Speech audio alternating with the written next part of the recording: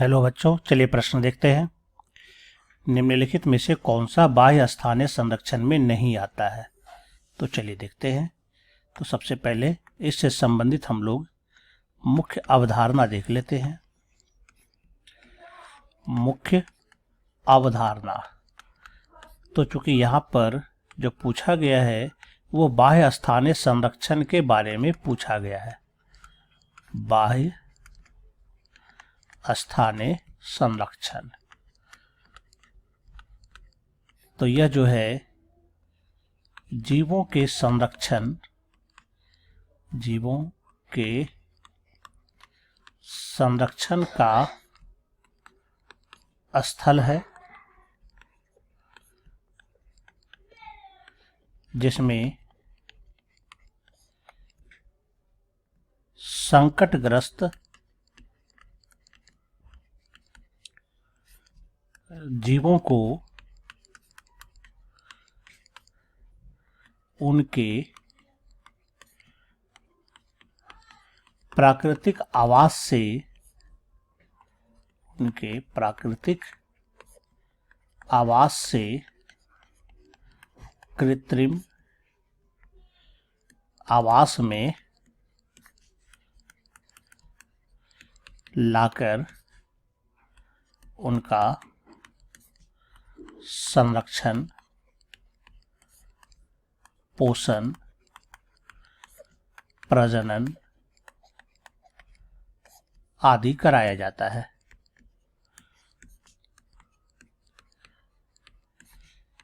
जैसे कि अगर हम इसका उदाहरण देखें तो वानस्पतिक उद्यान, वानस्पतिक उद्यान ये बाह्य संरक्षण हो जाता है। इसके अलावे बीज बैंक, जीन बैंक, सफारी, चिड़ियाघर, यह सब बाह्य स्थानीय संरक्षण में आता है। लेकिन अगर जीवों को उनके ही प्राकृतिक आवास में संरक्षित किया जाता है तो उनको कहते हैं अंतः या फिर स्वस्थानीय संरक्षण। यानी कि जो संकटग्रस्त जीव होता है उसको जो है वैसे जीवों को उसी के प्राकृतिक आवास में, प्राकृतिक आवास में संरक्षित किया जाता है, जहां पर शिकार पर प्रतिबंध होता है और प्राकृतिक तरीके से उनका संरक्षण होता है। जैसे पवित्र उपवन,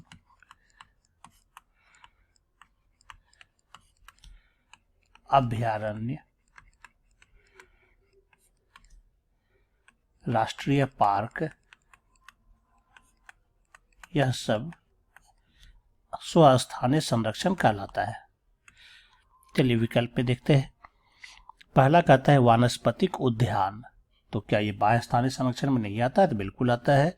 वानस्पतिक उद्यान जो है यह बाह्य स्थानीय संरक्षण में आता है, इसलिए हमारा जो है यह उत्तर नहीं होगा। दूसरा पवित्र उपवन, तो पवित्र उपवन जो है स्वस्थानीय में आता है, इसका मतलब हमारा यही उत्तर होगा, क्योंकि यह बाह्य स्थानीय संरक्षण में नहीं आता है, यह जो है स्वस्थानीय संरक्षण में आता है। तो यही उत्तर हो जाएगा। फिर वन्य जीव सफारी पार्क, तो यह बाह्य स्थानीय संरक्षण है, इसलिए यह उत्तर नहीं होगा। फिर बीज बैंक है, यह भी बाह्य स्थानीय संरक्षण है, इसलिए यह भी उत्तर नहीं होगा। तो यहाँ पर जो हमारा उत्तर होगा इस चारों में से बी नंबर जो पवित्र उपवन है ये सही उत्तर होगा। आशा करता हूँ आप समझ गए होंगे। धन्यवाद।